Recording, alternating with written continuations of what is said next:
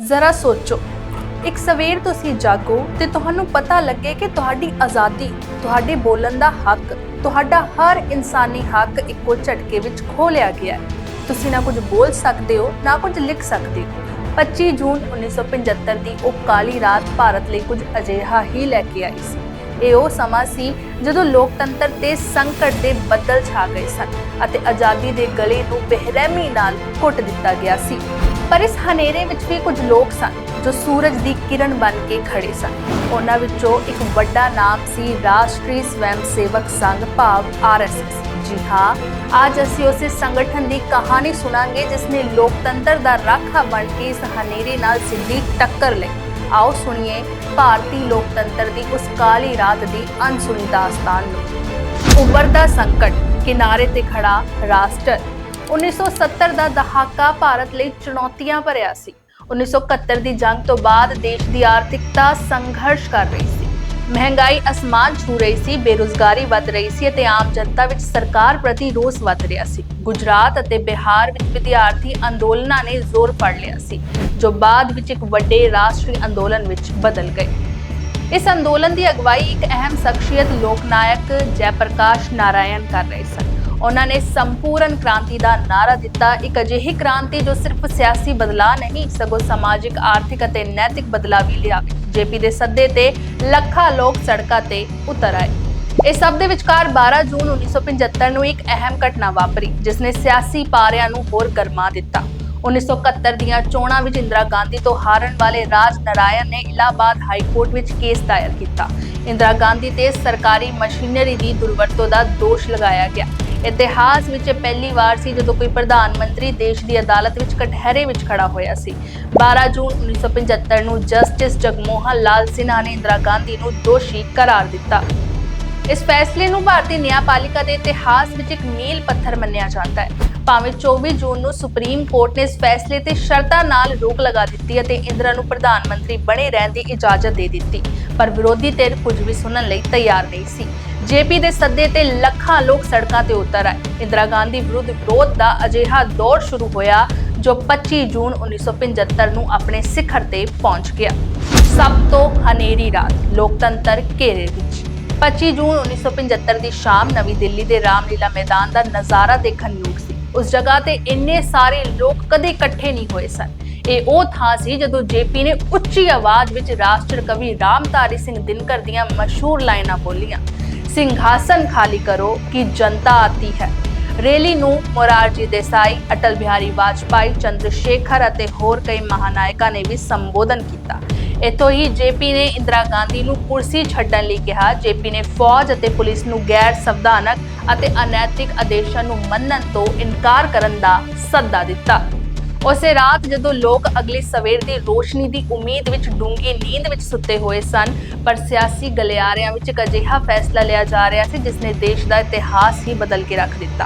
ਪ੍ਰਧਾਨ ਮੰਤਰੀ ਇੰਦਰਾ ਗਾਂਧੀ ਨੇ ਰਾਸ਼ਟਰਪਤੀ ਫਖਰੁਦੀਨ ਅਲੀ ਅਹਿਮਦ ਨਾਲ ਮਿਲ ਕੇ ਦੇਸ਼ ਵਿੱਚ ਅੰਦਰੂਨੀ ਗੜਬੜੀ ਦੇ ਆਧਾਰ ਤੇ ਐਮਰਜੈਂਸੀ ਲਗਾਉਣ ਦੀ ਸਲਾਹ ਦਿੱਤੀ। ਬਿਨਾਂ ਕਿਸੇ ਮੰਤਰੀ ਮੰਡਲ ਦੀ ਮਨਜ਼ੂਰੀ ਦੇ ਰਾਤੋਂ ਰਾਤ ਆਰਟੀਕਲ 352 ਦੇ ਤਹਿਤ ਐਮਰਜੈਂਸੀ ਦਾ ਐਲਾਨ ਕਰ ਦਿੱਤਾ ਗਿਆ। 26 ਜੂਨ ਦੀ ਸਵੇਰ ਜਦੋਂ ਰੇਡੀਓ ਤੇ ਇੰਦਰਾ गांधी ਦੀ ਆਵਾਜ਼ ਗੂੰਜੀ, भाइयों और बहनों, राष्ट्रपति जी ने आपातकाल की घोषणा की है। ਇਸ ਆਵਾਜ਼ ਨਾਲ ਪੂਰੇ ਦੇਸ਼ ਵਿੱਚ ਸन्नाटा ਛਾ ਗਿਆ। ਲੋਕਾਂ ਨੂੰ ਪਤਾ ਲੱਗ ਗਿਆ ਕਿ ਉਹਨਾਂ ਦੀ ਆਜ਼ਾਦੀ ਖੋਹ ਲਈ ਗਈ ਹੈ। ਵੱਡੇ ਵੱਡੇ ਅਖਬਾਰਾਂ ਵਿੱਚ ਖਬਰਾਂ ਗਾਇਬ ਸਨ, ਉਹਨਾਂ ਦੀ ਥਾਂ ਖਾਲੀ ਥਾਵਾਂ ਛੱਡੀਆਂ ਗਈਆਂ ਸਨ। ਪ੍ਰੈਸ ਤੇ ਪੂਰੀ ਤਰ੍ਹਾਂ ਸੈਂਸਰਸ਼ਿਪ ਲਗਾ ਦਿੱਤੀ ਗਈ ਸੀ। ਸਰਕਾਰ ਦੇ ਖਿਲਾਫ ਇੱਕ ਵੀ ਸ਼ਬਦ ਲਿਖਣਾ ਜਾਂ ਬੋਲਣਾ ਮਨਾ ਹੋ ਗਿਆ ਸੀ। रात पर जेपी नारायण, मोरारजी देसाई, अटल बिहारी वाजपेयी, लाल कृष्ण अडवाणी, चौधरी चरण सिंह, जॉर्ज फर्नांडिस, मधु दंडवते ਅਤੇ ਕਈ ਹੋਰ ਵੱਡੇ ਵਿਰੋਧੀ ਨੇਤਾਵਾਂ ਨੂੰ ਗ੍ਰਿਫਤਾਰ ਕਰ ਲਿਆ ਗਿਆ। ਮੀਸਾ ਐਕਟ ਤਹਿਤ ਹਜ਼ਾਰਾਂ ਲੋਕਾਂ ਨੂੰ ਬਿਨਾਂ ਕਿਸੇ ਮੁਕੱਦਮੇ ਦੇ ਜੇਲ੍ਹਾਂ ਵਿੱਚ ਡੱਕ ਦਿੱਤਾ ਗਿਆ। ਜੇਲ੍ਹਾਂ ਭਰ ਗਈਆਂ ਤੇ ਅਦਾਲਤਾਂ ਦੀ ਸ਼ਕਤੀ ਖਤਮ ਕਰ ਦਿੱਤੀ ਗਈ। ਜ਼ਬਰਦਸਤੀ ਦੇ ਜ਼ਖਮ, ਨਸਬੰਦੀ ਦਾ ਘਿਨੌਣਾ ਪੱਖ। ਐਮਰਜੈਂਸੀ ਦੀ ਕਹਾਣੀ ਵਿੱਚ ਇੱਕ ਹੋਰ ਭਿਆਨਕ ਪਹਿਲੂ ਵੀ ਸੀ ਜਿਸ ਨੇ ਲੱਖਾਂ ਲੋਕਾਂ ਦੇ ਸਰੀਰ ਅਤੇ ਰੂਹ ਨੂੰ ਵਲੂੰਦਰ ਕੇ ਰੱਖ ਦਿੱਤਾ। ਸੰਜੇ ਗਾਂਧੀ, ਜੋ ਕਿ ਉਸ ਸਮੇਂ ਸਰਕਾਰ ਵਿੱਚ ਬਿਨਾਂ ਕਿਸੇ ਅਧਿਕਾਰਤ ਅਹੁਦੇ ਦੇ ਬਹੁਤ ਪ੍ਰਭਾਵਸ਼ਾਲੀ ਹੋ ਗਏ ਸਨ, ਨੇ ਨਸਬੰਦੀ ਵਰਗੇ ਪ੍ਰੋਗਰਾਮਾਂ ਨੂੰ ਜ਼ਬਰਦਸਤੀ ਲਾਗੂ ਕਰਨਾ ਸ਼ੁਰੂ ਕਰ ਦਿੱਤਾ। ਲੋਕਾਂ ਨੂੰ ਬਿਨਾਂ ਉਹਨਾਂ ਦੀ ਮਰਜ਼ੀ ਦੇ ਅਤੇ ਕਈ ਵਾਰ ਬਿਨਾਂ ਸਹੀ ਮੈਡੀਕਲ ਪ੍ਰੋਟੋਕਾਲ ਦੇ ਨਸਬੰਦੀ ਕਰਵਾਈ ਜਾ ਰਹੀ ਸੀ। ਸ਼ਾਹ ਕਮਿਸ਼ਨ ਦੀ ਰਿਪੋਰਟ ਅਤੇ ਇਤਿਹਾਸਕ ਵਿਸ਼ਲੇਸ਼ਣਾਂ ਮੁਤਾਬਕ ਨਸਬੰਦੀ ਦੇ ਆંકੜੇ ਦਿਲ ਕੰਬਾਊ ਨੇ। ਐਮਰਜੈਂਸੀ ਦੇ 21 ਮਹੀਨਿਆਂ ਜੂਨ 1975 ਤੋਂ ਮਾਰਚ 1977 ਦੇ ਦੌਰਾਨ ਅੰਦਾਜ਼ਨ 1.1 ਕਰੋੜ ਭਾਵ 11 ਮਿਲੀਅਨ ਭਾਰਤੀਆਂ ਦੀ ਜ਼ਬਰਦਸਤੀ ਨਸਬੰਦੀ ਕੀਤੀ ਗਈ ਸੀ। ਇਸ ਸਮੇਂ ਦੌਰਾਨ ਕਈ ਹਜ਼ਾਰਾਂ ਲੋਕਾਂ ਦੀ ਨਸਬੰਦੀ ਦੇ ਖਰਾਬ ਆਪਰੇਸ਼ਨਾਂ ਕਾਰਨ ਦਰਦਨਾਕ ਮੌਤ ਹੋ ਗਈ ਸੀ। ਇਸ ਨਾਲ ਲੋਕਾਂ ਵਿੱਚ ਡਰ ਅਤੇ ਗੁੱਸੇ ਦਾ ਇੱਕ ਅਜਿਹਾ ਮਾਹੌਲ ਬਣ ਗਿਆ ਜਿਸ ਨੇ ਪੂਰੇ ਦੇਸ਼ ਨੂੰ ਆਪਣੇ ਸਾਏ ਹੇਠ ਲੈ ਲਿਆ। ਇਸ ਘੁੱਪ ਹਨੇਰੇ ਵਿੱਚ ਜਿੱਥੇ ਜ਼ਿਆਦਾਤਰ ਆਵਾਜ਼ਾਂ ਚੁੱਪ ਹੋ ਗਈਆਂ ਸਨ, ਇੱਕ ਸੰਗਠਨ ਅਜਿਹਾ ਸੀ ਜਿਸ ਨੂੰ ਸਰਕਾਰ ਨੇ ਸਭ ਤੋਂ ਵੱਡਾ ਖਤਰਾ ਮੰਨਿਆ। 4 ਜੁਲਾਈ 1975 ਨੂੰ ਸਰਕਾਰ ਨੇ ਰਾਸ਼ਟਰੀ ਸਵੈਮ ਸੇਵਕ ਸੰਘ ਤੇ ਪਾਬੰਦੀ ਲਗਾ ਦਿੱਤੀ। ਆਰਐਸਐਸ ਤੇ ਇਲਜ਼ਾਮ ਲਗਾਇਆ ਗਿਆ ਕਿ ਉਹ ਵਿਰੋਧੀ ਪਾਰਟੀਆਂ ਦਾ ਸਮਰਥਨ ਕਰ ਰਹੇ ਨੇ ਅਤੇ ਸਰਕਾਰ ਵਿਰੋਧੀ ਗਤੀਵਿਧੀਆਂ ਵਿੱਚ ਸ਼ਾਮਲ ਸੀ।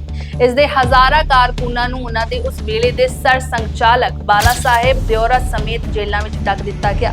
ਅਟਲ ਬਿਹਾਰੀ ਵਾਜਪਾਈ ਅਤੇ ਲਾਲ ਕ੍ਰਿਸ਼ਨ ਅਡਵਾਨੀ ਵੀ ਐਮਰਜੈਂਸੀ ਲੱਗਣ ਦੇ ਕੁਝ ਘੰਟਿਆਂ ਬਾਅਦ ਹੀ ਬੈਂਗਲੌਰ ਵਿੱਚ ਗ੍ਰਿਫਤਾਰ ਕਰ ਲਏ ਗਏ ਸਨ।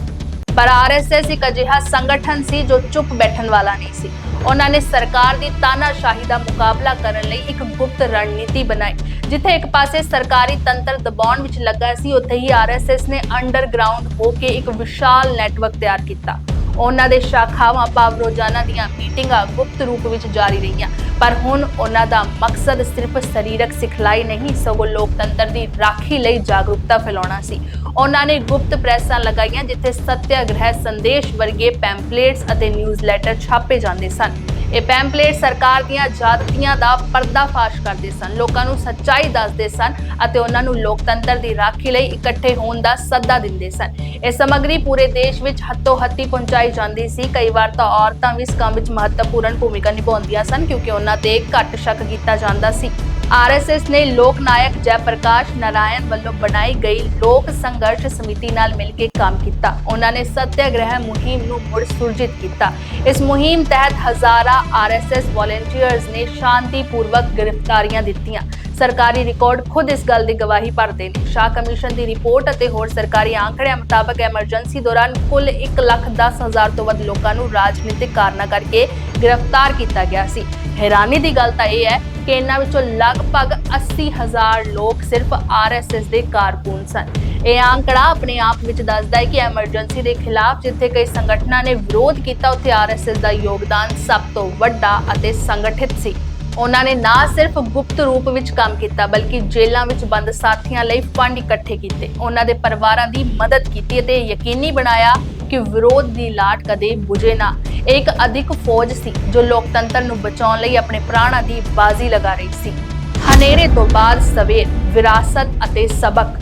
21 ਮਹੀਨਿਆਂ ਦੀ ਇਸ ਕਾਲੀ ਰਾਤ ਤੋਂ ਬਾਅਦ ਆਖਰਕਾਰ 1977 ਵਿੱਚ ਇੰਦਰਾ ਗਾਂਧੀ ਨੇ ਚੋਣਾਂ ਕਰਵਾਉਣ ਦਾ ਫੈਸਲਾ ਕੀਤਾ। ਇਹ ਉਹਨਾਂ ਦਾ ਸਭ ਤੋਂ ਵੱਡਾ ਗਲਤ ਅੰਦਾਜ਼ਾ ਸਾਬਤ ਹੋਇਆ। ਲੋਕਾਂ ਨੇ ਵੋਟ ਦੀ ਸ਼ਕਤੀ ਨਾਲ ਤਾਨਾਸ਼ਾਹੀ ਨੂੰ ਪਛਾੜ ਦਿੱਤਾ। ਕਾਂਗਰਸ ਪਾਰਟੀ ਨੂੰ ਬੁਰੀ ਤਰ੍ਹਾਂ ਹਾਰ ਮਿਲੀ ਅਤੇ ਵਿਰੋਧੀ ਪਾਰਟੀਆਂ ਦੇ ਗੱਠਜੋੜ ਜਨਤਾ ਪਾਰਟੀ ਨੇ ਇਤਿਹਾਸਕ ਜਿੱਤ ਦਰਜ ਕੀਤੀ। ਜਨਤਾ ਪਾਰਟੀ ਵਿੱਚ ਕਈ ਅਜਿਹੇ ਮਹਾਨਾਇਕ ਸਨ ਜੋ ਆਰਐਸਐਸ ਪਿਛੋਕੜ ਤੋਂ ਆਉਂਦੇ ਸਨ ਜਾਂ ਇਸ ਅੰਦੋਲਨ ਵਿੱਚ ਅਹਿਮ ਭੂਮਿਕਾ ਨਿਭਾ ਰਹੇ ਸਨ। ਮੋਰਾਰਜੀ ਦੇਸਾਈ ਪ੍ਰਧਾਨ ਮੰਤਰੀ ਬਣੇ, ਅਟਲ ਬਿਹਾਰੀ ਵਾਜਪਾਈ ਵਿਦੇਸ਼ ਮੰਤਰੀ ਬਣੇ ਅਤੇ ਉਹਨਾਂ ਨੇ ਸੰਯੁਕਤ ਰਾਸ਼ਟਰ ਵਿੱਚ ਹਿੰਦੀ ਵਿੱਚ ਭਾਸ਼ਣ ਦੇ ਕੇ ਇਤਿਹਾਸ ਰਚਿਆ। ਲਾਲ ਕ੍ਰਿਸ਼ਨ ਅਡਵਾਨੀ ਸੂਚਨਾ ਤੇ ਪ੍ਰਸਾਰਣ ਮੰਤਰੀ ਬਣੇ ਅਤੇ ਉਹਨਾਂ ਨੇ ਪ੍ਰੈਸ ਦੀ ਆਜ਼ਾਦੀ ਬਾਰੇ ਆਪਣੀ ਪ੍ਰਸਿੱਧ ਟਿੱਪਣੀ ਦਿੱਤੀ ਕਿ ਜਦੋਂ ਉਹਨਾਂ ਨੂੰ ਝੁਕਣ ਲਈ ਕਿਹਾ ਗਿਆ ਤਾਂ ਉਹ ਰੇਂਗਣ ਲੱਗ ਪਏ। ਚੌਧਰੀ ਚਰਨ ਸਿੰਘ ਅਤੇ ਰਾਜ ਨਾਰਾਇਣ ਵਰਗੇ ਨੇਤਾਵਾਂ ਨੇ ਵੀ ਜਨਤਾ ਪਾਰਟੀ ਸਰਕਾਰ ਵਿੱਚ ਅਹਿਮ ਭੂਮਿਕਾ ਨਿਭਾਈ। ਜਾਰਜ ਫਰਨਾਂਡਿਸ ਜੋ ਕਿ ਐਮਰਜੈਂਸੀ ਦੌਰਾਨ ਭੂਮੀਗਤ ਰਹਿ ਕੇ ਸੰਘਰਸ਼ ਕਰਦੇ ਰਹੇ ਸਨ, ਉਦਯੋਗ ਮੰਤਰੀ ਬਣੇ। ਐਮਰਜੈਂਸੀ ਵਿਰੁੱਧ ਆਰਐਸਐਸ ਦੇ ਸੰਘਰਸ਼ ਨੇ ਉਹਨਾਂ ਨੂੰ ਇੱਕ ਰਾਸ਼ਟਰੀ ਪਹਿਚਾਣ ਦਿੱਤੀ ਅਤੇ ਉਹਨਾਂ ਦੇ ਸਮਾਜਿਕ ਤੇ ਸਿਆਸੀ ਪ੍ਰਭਾਵ ਨੂੰ ਬੇਮਿਸਾਲ ਤਰੀਕੇ ਨਾਲ ਵਧਾਇਆ। ਕਈ ਇਤਿਹਾਸਕਾਰ ਅਤੇ ਵਿਸ਼ਲੇਸ਼ਕ ਮੰਨਦੇ ਨੇ ਕਿ ਐਮਰਜੈਂਸੀ ਵਿੱਚ ਆਰਐਸਐਸ ਦੀ ਭੂਮਿਕਾ ਨੇ ਭਾਰਤ ਵਿੱਚ ਹਿੰਦੂ ਰਾਸ਼ਟਰਵਾਦ ਦੀ ਲਹਿਰ ਨੂੰ ਇੱਕ ਨਵੀਂ ਦਿਸ਼ਾ ਤੇ ਤਾਕਤ ਦਿੱਤੀ। ਐਮਰਜੈਂਸੀ ਬਾਰੇ ਤੁਹਾਡੇ ਕੀ ਵਿਚਾਰ ਨੇ? ਆਰਐਸਐਸ ਦੀ ਭੂਮਿਕਾ ਬਾਰੇ ਤੁਸੀਂ ਕੀ ਸੋਚਦੇ ਹੋ? ਕਮੈਂਟ ਬਾਕਸ ਵਿੱਚ ਆਪਣੇ ਵਿਚਾਰ ਜ਼ਰੂਰ ਸਾਂਝੇ ਕਰਿਓ।